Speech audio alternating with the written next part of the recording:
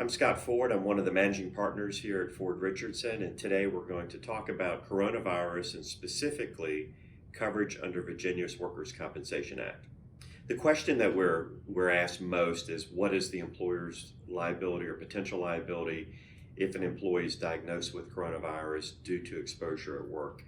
There are really two key points to make, and the first key point is that if the employee is diagnosed and brings an action against the employer's exposure or potential liability is going to be limited to those benefits under the Virginia Workers' Compensation Act.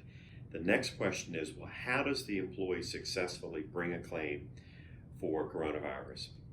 And in Virginia, we have most of our claims are accident claims, a smaller percentage are disease claims. So we have a disease provision under our code, and it's in 400 and 401.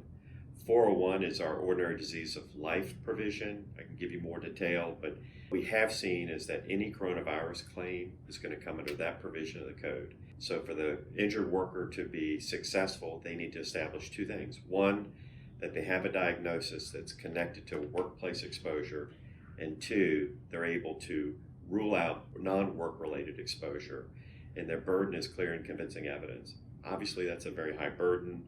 We've not yet seen any cases that have been adjudicated before the commission, but we've certainly had many cases that have come through for a decision process at the insurance company level. The bottom line is these cases are very difficult for injured workers to prove because of the high burden of proof, and moreover, because of the fact that it's very difficult to rule out non-work related exposure.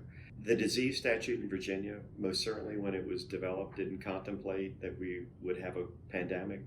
I think what we're finding is that these cases, we have not seen any move through to a hearing process as of yet, but we might see some. We have several that are looking like they're going to hearing, but we've not yet seen any opinions. I think we will have opinions, that's certain. I think that the area of the law will be developing.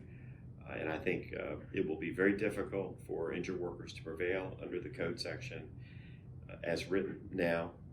And I think we're also very likely to see some new bills coming out of the General Assembly to change the law in favor of coverage, particularly for first responders.